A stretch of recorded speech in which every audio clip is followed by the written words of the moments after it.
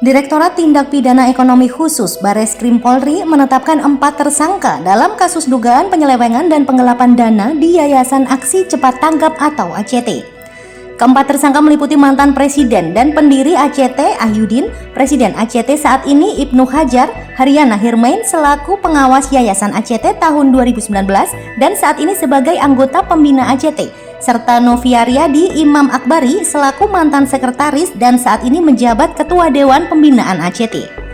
Wakil Direktur Tindak Pidana Ekonomi Khusus Bareskrim Polri, Kombes Helvi Assegaf menyatakan keempat tersangka mendapatkan gaji puluhan hingga ratusan juga dari donasi.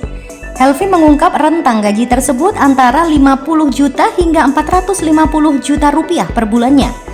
Dalam konferensi pers di Mabes Polri, Jakarta pada Senin 25 Juli 2022, Helvi mengungkapkan bahwa setiap bulannya Ahyudin menerima sekitar 450 juta rupiah dan Ibnu Hajar sekitar 150 juta rupiah.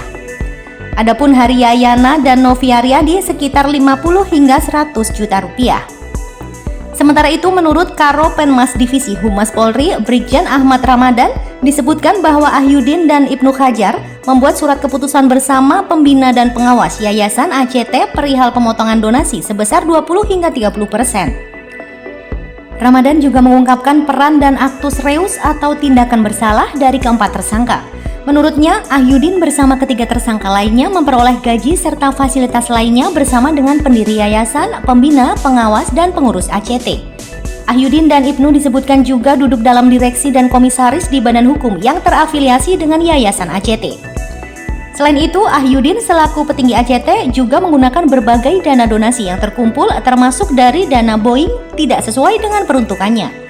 Kemudian tersangka Ibnu Hajar disebut membuat perjanjian kerjasama dengan para vendor yang mengerjakan proyeksi CSR atau Boeing Community Investment Fund terkait dana kemanusiaan kepada ahli waris korban Lion Air JT610. Pada saat Ahyudin menjabat sebagai ketua pembina ACT, tersangka Haryana bersama Novia Riyadi yang menentukan pemotongan dana donasi sebesar 20 hingga 30% untuk membayar gaji karyawan.